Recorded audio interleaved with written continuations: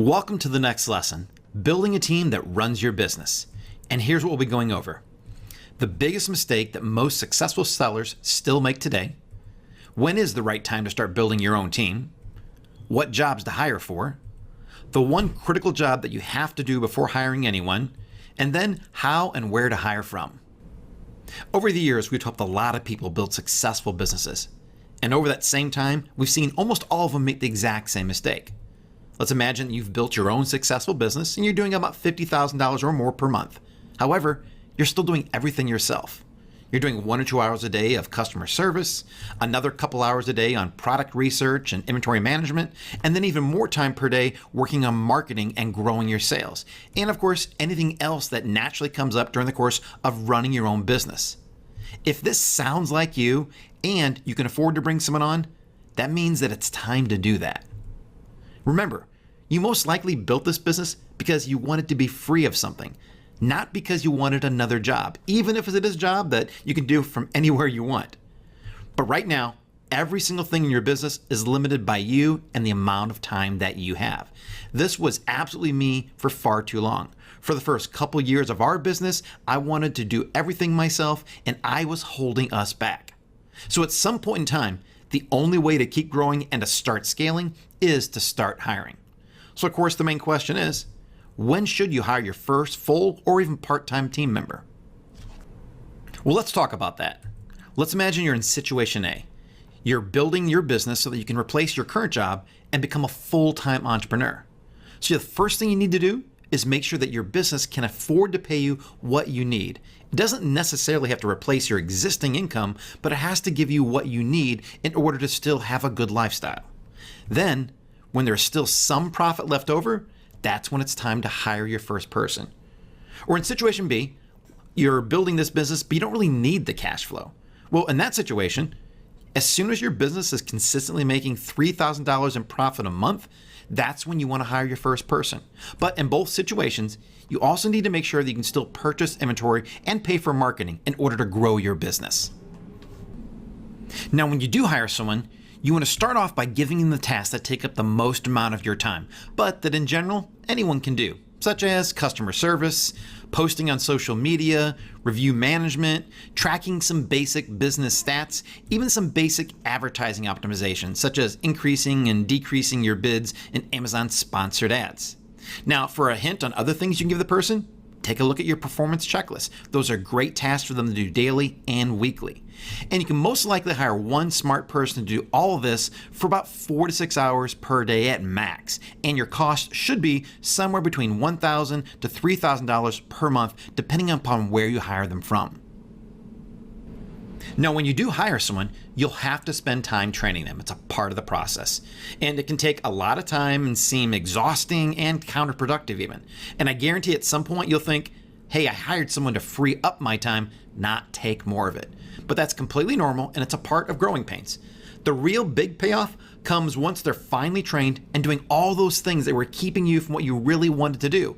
Either have freedom to do other things, or maybe even scale your business bigger. But in order to make the training process as fast, efficient, and successful as possible, it's absolutely critical that you do one thing, and that's to document your processes. These training guides that you'll be putting together, they don't have to be perfect at first, and they can even be improved later on, hopefully by your new hire. And as things change, which happen all the time on Amazon, your new hire should be the one responsible for updating these guides. They'll be incredibly valuable when you're expanding your team in the future by streamlining the entire training process. And that's another way of scaling your company's growth. So what do you document? Basically, everything that you're doing that you don't want to be doing, such as customer service, review management, posting on social media, checking your stats, all those things we talked about earlier. And here's a little tip. If you don't like to document, just try recording videos of you doing everything that you do. That's another great way of showing people actually what it is that you want them to do. When it comes time to hire your first person, there's lots of great places to look for them at, but here's a list of some of the ones that we and our members have had good results with.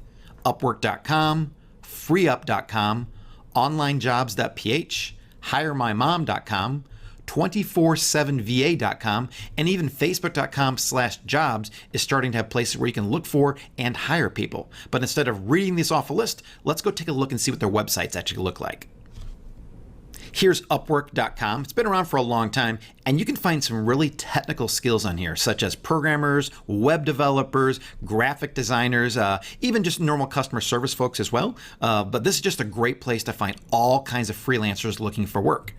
This is freeup.com. Now, this is a little bit newer than the Upwork.com and some of the other sites. However, we've actually spoken with the owner, and they really focus on having people who have specialties in running Amazon businesses. So this will be one of the first places that I would go to look for if I want someone who already knows a little bit about Amazon. Here's onlinejobs.ph. It's been around for a long time. You can find some really affordable resources. They're primarily overseas in the Philippines, but they all generally have some really good English skills as well. Then HireMyMom.com is a site where the goal is for moms who used to be in the workforce but are now stay at home, just looking for some part-time work. So you can get some really good resources if you're in the United States, especially finding US-based employees looking for just some part-time work each day.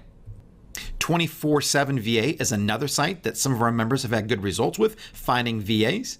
And then finally on Facebook, they actually have started beefing this up finally, trying to get a better place, a marketplace for people to go out there and find different jobs and also post for different positions as well.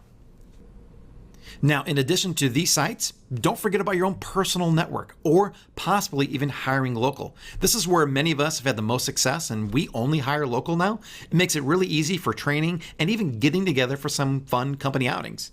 And also be sure to check back with the private resource vault when you're ready, because we're constantly adding resources. Now, when you do hire, here are some tips. Be sure to start small in order to minimize your risk. Just hire one person and make sure they're fully trained and functional before you even look for another. And the best skills to look for? We value communication and organization. If you can find someone who has those skills, chances are you can train them to do just about anything. And also, a great team member is worth 10 times that of a mediocre one, so you definitely get what you pay for. And be sure to invest the right amount of time in training and documentation. It absolutely pays off.